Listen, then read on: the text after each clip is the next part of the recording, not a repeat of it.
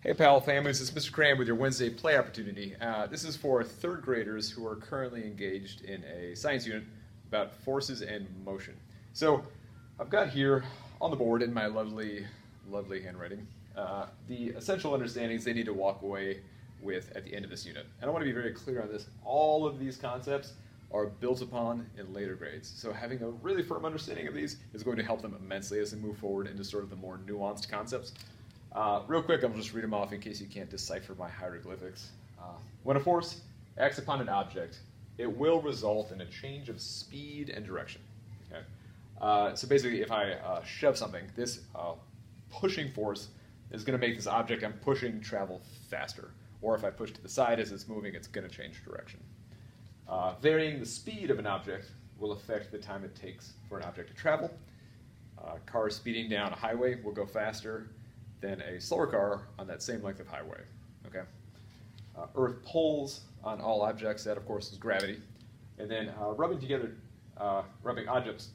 I can make words. Rubbing objects together creates friction and hence heat energy. And one little thing I have them do for this is take their little hands and then repeat friction, friction, friction, friction, friction. Do that for about 10, 20 seconds. Have them hold their hands up to their neck and feel that heat energy that's created by friction. So these are the essential concepts, and then I've just got an activity that should hopefully put these all into play and give them just a real-world example of how it all works. I'm going to slide this over here. A complicated schematic. Stairs and a tube. Now, all your kids need for this is tape and access to your recycle bin. And what I want them to do is take a small sphere of some sort, small ball, and basically they need to build some sort of a ramp for this, like a tube, where it can travel down the stairs without falling off of this thing they built, okay? I want them to build it and then time it. You've got a timer on your phone. I want them to do 3, 4, 5 test runs and get a really good sense of how fast this is moving. Write those down so the kids can see it. And then the next challenge is to take the ball and put some more force behind it. So, they're going to take their hands and they're going to shove it and time it. Shove it, time it. Shove it, time it. And compare those times to the initial times. Let them see that the times have actually gotten smaller because this added force has sped the ball up. And then the final challenge, and this should be the one that requires them to sort of really use a lot of ingenuity, is I want them to use the power of friction to slow this ball down without it stopping. All right, I want the time this ball takes to go down the stairs to go longer. And that's going to take some problem solving.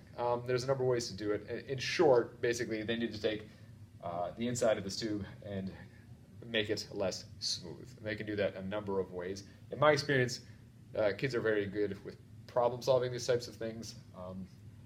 Just while they're doing it, if you just have a conversation about the process with them, and you know, if they're really struggling with it, maybe hop in, but just a little bit.